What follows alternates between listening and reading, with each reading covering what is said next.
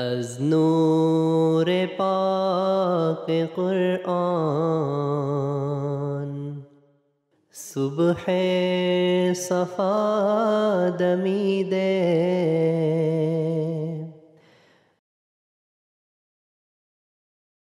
Assalamualaikum warahmatullahi wabarakatuh, pemirsa MTA yang berbahagia dimanapun Anda berada. Alhamdulillah dalam kesempatan yang bahagia ini kita dapat berjumpa kembali dalam program Lafaz Al-Masih. Sebuah program di mana kita akan membahas sabda-sabda Hadrat Mirza Ghulam Ahmad, Imam Mahdi dan Masih Maud alaihissalam yang termaktub di dalam kitab Malfuzat. Dan dalam episode kali ini saya didampingi oleh narasumber kita yakni Bapak Maulana Dili Fadili Fadol Ahmad. Mari kita sapa beliau. Assalamualaikum Pak, apa kabarnya? Waalaikumsalam, alhamdulillah sehat. Alhamdulillah. Nah, dalam episode kali ini kita akan mengupas berkenaan dengan akal. Nah, ini merupakan salah satu topik yang sangat menarik ini Pak. Dan dalam 25 menit ke depan insya Allah kita akan mengupas tema yang kita bahas pada kali ini. Pemirsa MTA yang dirahmati Allah, kita ketahui bahwa akal itu di dalam Islam memiliki tempat yang sangat spesial, tempat yang sangat khusus. Bahkan di dalam Al-Quran, di dalam ayat-ayatnya, banyak sekali ayat-ayat yang mengajak kita untuk bisa mempergunakan akal. Dan Allah Ta'ala mengajak manusia untuk mempergunakan sumber daya akal ini untuk dapat memahami hakikat daripada kebenaran. Dan baik, kita mulai saja berdiskusi dengan narasumber kita.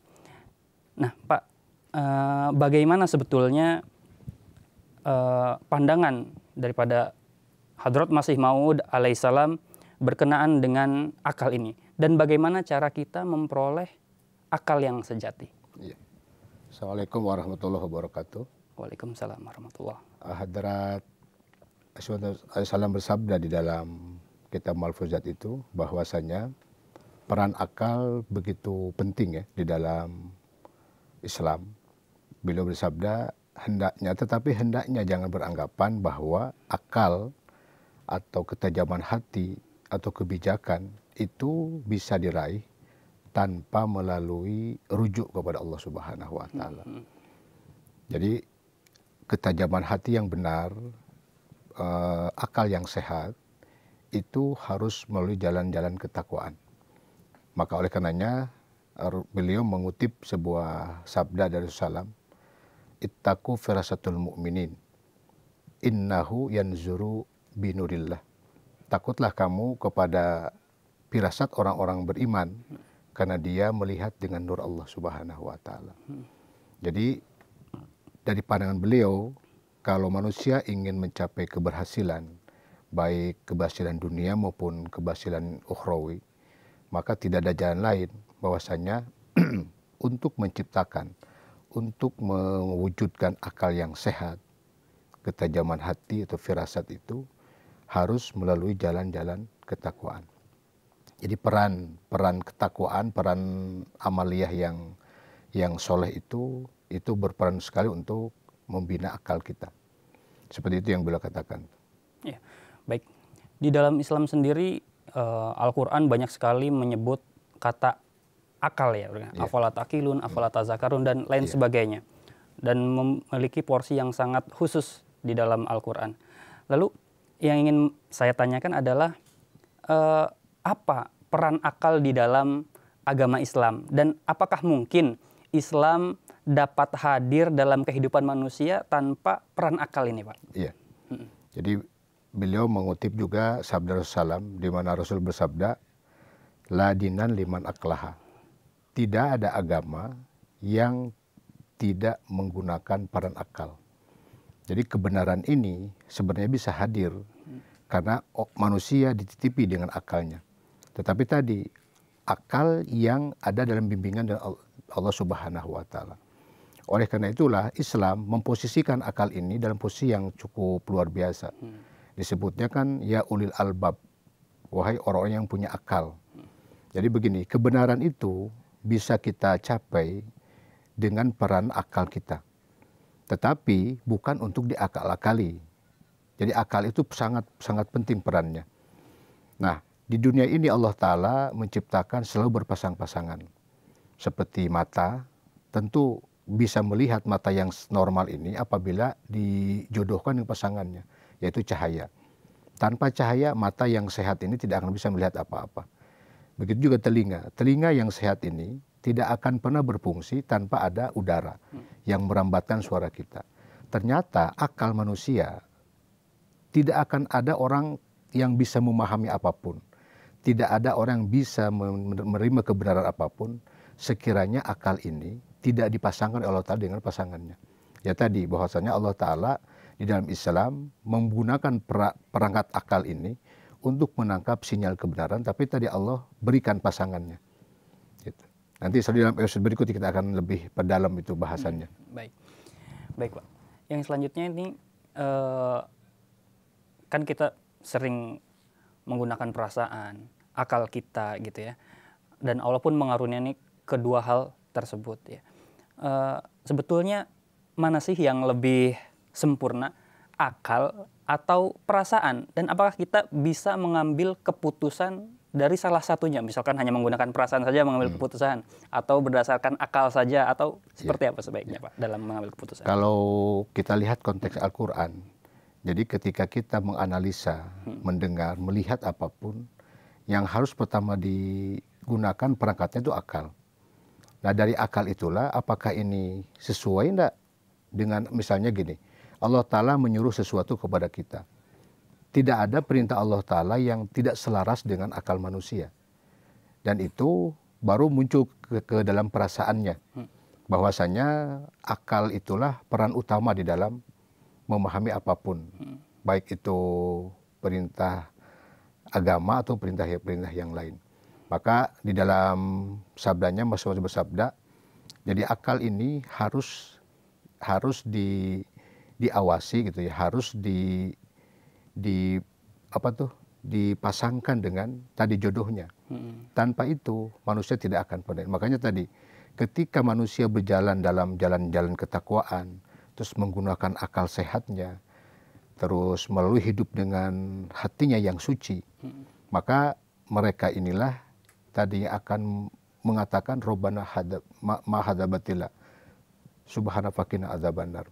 Dari hatinya akan keluar kata-kata bahwa sungguh makhluk ini tidak sia-sia Allah ciptakan.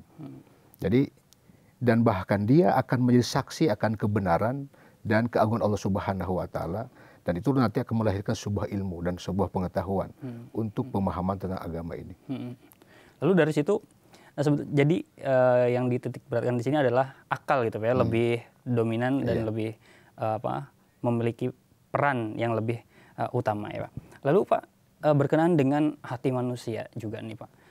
Kita juga dibekali hati nurani gitu Pak ya. Mana yang lebih jernih? Akal atau hati manusia?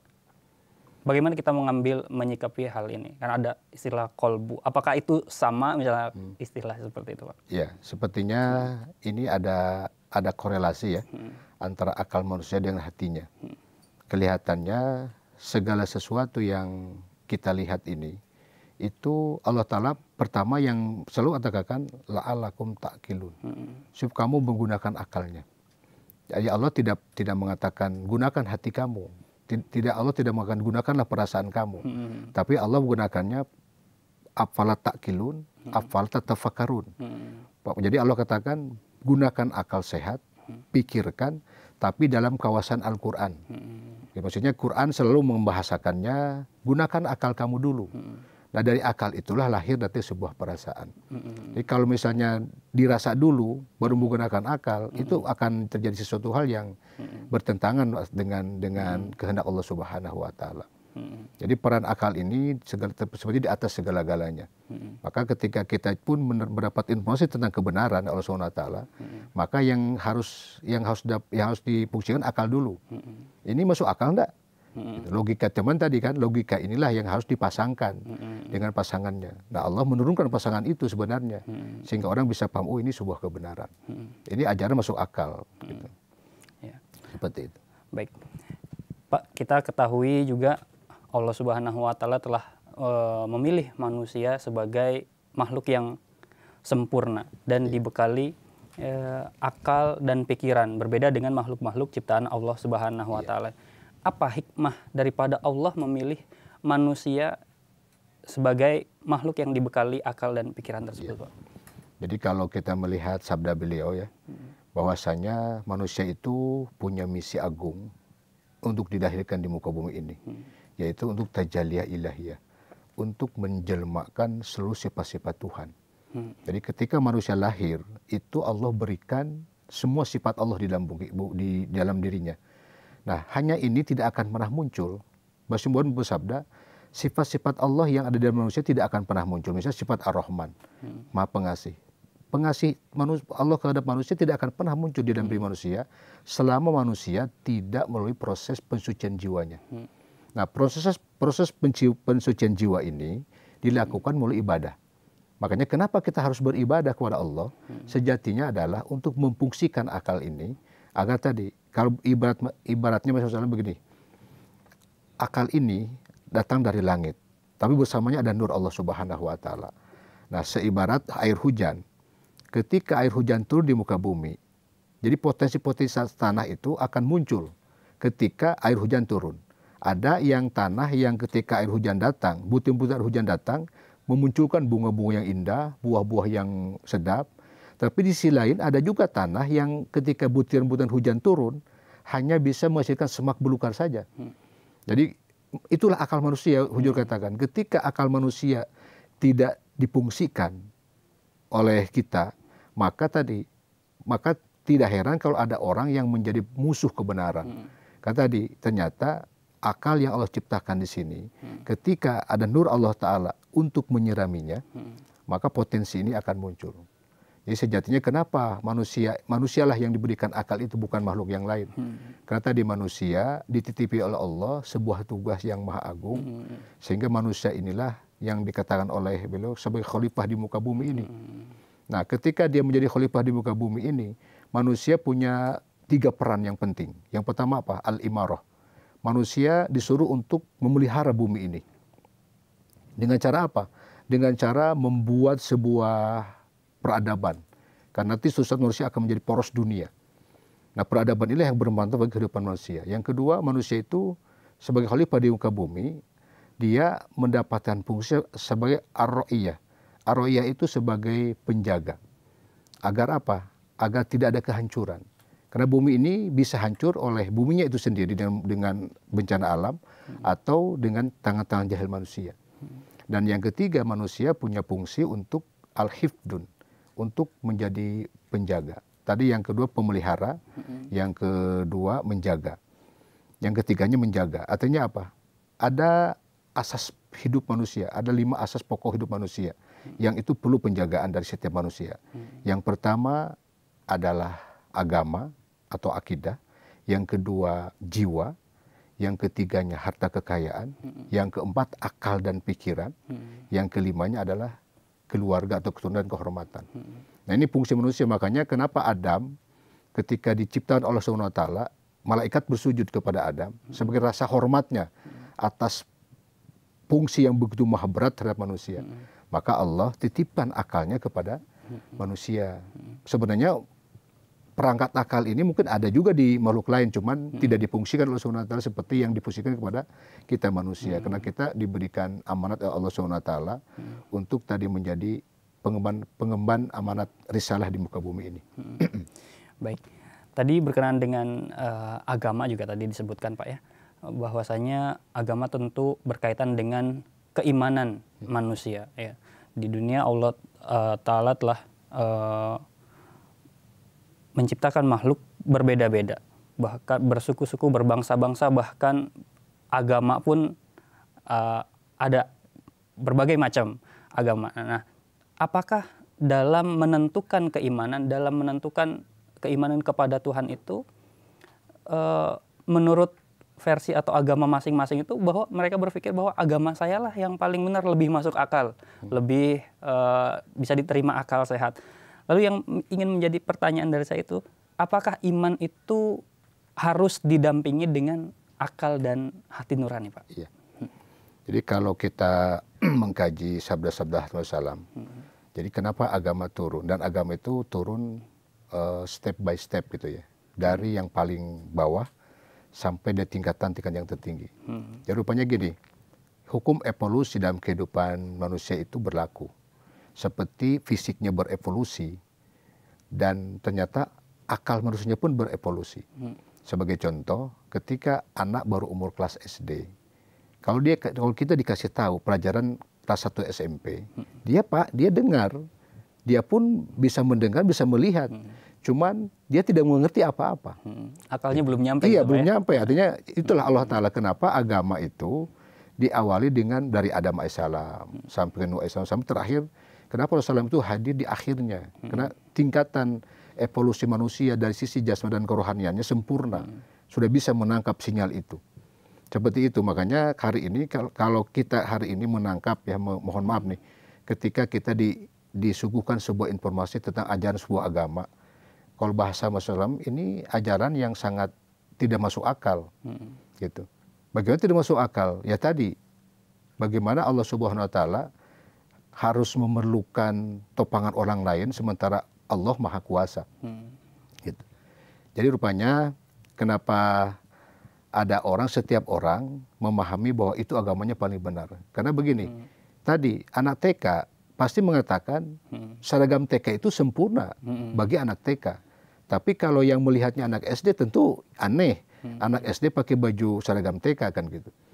Nah oleh karena itulah sesuai dengan perkembangan fisiknya maka akalnya pun ikut berkembang.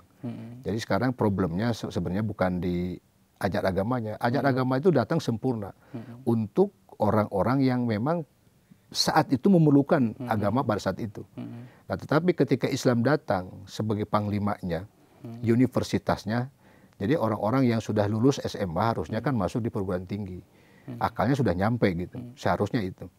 Dan kalau kita cerita tentang Islam, diukur dari ukuran apa saja, Islam agama yang sangat masuk akal, realistis, diukur dari sisi apa saja gitu. Yaitu sudah banyak dibuktikan bahwa agama yang paling real dan masuk akal adalah agama Islam. Iya, baik. Sangat menarik sekali Pak pembahasannya. Tadi juga disebutkan bahwa diturunkannya agama itu step by step gitu ya. Allah Ta'ala menurunkan agama, menurunkan utusannya itu sesuai waktu, kondisi, dan juga perkembangan pikiran manusia itu sendiri. Iya. Tingkat peradabannya, biasanya peradaban manusia itu mulai bangkit ketika Allah Ta'ala menurunkan utusannya seperti itu Pak ya. Dan puncaknya ketika Allah Subhanahu Wa Ta'ala menurunkan, mengutus Rasulullah Sallallahu Alaihi Wasallam dan menyempurnakan syariat. Baik. Nah, mungkin ini pertanyaan terakhir nih Pak. Ya. Mungkin nggak sih hukum Islam itu hadir dalam kehidupan manusia tanpa peranan akal? Dan bagaimana jika terjadi pertentangan nih Pak antara akal, teks Al-Quran maupun Al-Hadis? Seperti apa Pak pembahasannya? Jadi itu sesuatu yang sangat mustahil ya. Sangat mustahil ajaran datang tidak menggunakan peran akal. Karena memang perangkat yang paling penting di dalam kehidupan manusia itu sebenarnya akalnya. Nah dari akal itulah nanti akan diturunkan kepada hatinya untuk dirasakan. Sehingga dia mengambil keputusan. Makanya dari awal pertama Quran itu bahasanya afala ta'qilun. Gunakan akalnya. Setelah itu afala tatafakkarun. Terus pikirkan. Nah setelah itu baru turun afala tatadzakkarun. Ambil satu pelajaran. Setelah digunakan akalnya, dipikirkan, direnungkan. Setelah itu baru beramal, amaliyah. Maka masing-masing mengatakan, jadi akal yang kita hari ini dapatkan dengan bimbingan nur Allah Subhanahu Wa Ta'ala, tanpa ada kesucian jiwa melalui amaliyah kita, maka potensi-potensi itu tidak akan pernah muncul dalam manusia. Manusia tidak akan pernah mampu menerjemahkan perintah Allah, manusia tidak akan pernah mampu melaksanakan perintah Allah Ta'ala tanpa tadi kesucian jiwa melalui amaliyah kita. Jadi Islam sangat tidak mungkin, agama tidak mungkin tidak melibatkan akal. Jika ada pertentangan, misalnya akal dengan Allah Ta'ala, pasti yang salah akalnya. Bukan firmannya, bukan hadisnya yang salah. pasti akalnya yang salah. Artinya orang ini mengakal-akali gitu. Mengakal-akali. Iya, jadi bukan harusnya masuk akal, tapi bukan untuk diakal-akali. Di hadis ini katakan kan adinu wa huwa akal, agama itu akal, tapi bukan untuk diakal-akali. Jadi kebenaran itu bisa masuk akal. Selalu contoh mudahnya gini, ketika kita memahami tentang Isra Mi'raj, yang oleh orang dikatakan Rasulullah SAW itu naik ke langit dengan jasad kasar. Nah, akal manusia hari ini tidak bisa nyampe. Maka untuk supaya nyampe, bahasanya apa? Allah kan punya kuasa. Nah, kita kan tidak cerita tentang kuasa Tuhan. Kita tentang cerita apakah ajaran ini masuk akal atau tidak. Itu masalahnya. Artinya apa? Ketika ada ayat mengatakan, itu Rasul benar loh Mi'raj. Tapi masalahnya tadi, dilakukannya jasmani atau dengan rohani. Nah ini makanya itu kan seolah bertentangan. Akal manusia akan bertentangan ketika memahami itu dengan jasad kasar. Karena faktanya semua benda langit yang jatuh ke bumi segede apapun itu akan hancur lebur. Gitu. Apalagi jasad manusia yang sangat lembek seperti ini. Jadi akal manusia tidak akan sampai untuk memahami itu. Maka kalau ini kelihatan bertentangan dengan ayat, pasti itu akalnya yang salah. Bukan firmannya yang salah. Artinya apa? Harus dikoreksi nih. Ada sesuatu, artinya pemahamannya tadi tidak dengan hati yang lurus, tidak dengan ketajaman firasat yang benar, tidak dengan kesucian kolbu. Maka kata Allah tadi, untuk bisa memahami sesuatu, syarat utamanya apa? Kolbun salim, dengan hatinya yang lurus. Di ayat lain mengatakan kan, bahkan Allah dengan deklarasi yang cukup luar biasa, la yanfa'u man walaban illa man ata biqalbin salim. Tidak ada manfaat harta kalian, anak kalian, kecuali man atau lebih kolbin salim, dengan hatinya yang lurus. Nah itu yang selalu masih jelaskan bahwa dengan pensucian jiwa, dengan kesucian hati kalian, melalui jalan-jalan ketakwaan inilah yang akan membuat akal kamu itu sehat. Sehingga ketika kebenaran datang, akal kamu pun berfungsi. Seperti tadi ketika bulu-bulu hujan jatuh di muka bumi, maka bumi ini akan mengeluarkan potensinya, menumbuhkan bunga-bunga yang indah. Jadi ketika ada orang-orang yang menerima kebenaran dengan mudah, artinya potensi akalnya betul-betul sehat. Karena kesucian kolbunya tadi. Baik, luar biasa sekali perbincangan kita kali ini Pak ya. Namun karena kita dibatasi oleh waktu, mungkin kita akan menyambung di episode berikutnya. Baik, pemirsa MTA dimanapun Anda berada, tadi kita sudah membahas panjang lebar berkenaan dengan akal ini, bahwasanya manusia itu memang dibekali sumber daya akal ini sangat luar biasa, dan itu yang menjadikan manusia sebagai makhluk yang sempurna. Dan untuk memperoleh akal yang sejati ini, hendaknya kita itu rujuk kembali kepada Allah Subhanahu wa Ta'ala. Terima kasih Bapak atas perbincangannya kali ini. Semoga hal ini bisa menambah wawasan kita dan memberikan pencerahan kepada kita. Pemirsa MTA dimanapun Anda berada, demikianlah bincang-bincang kita bersama Bapak Maulana Dili Sadili Fadl Ahmad.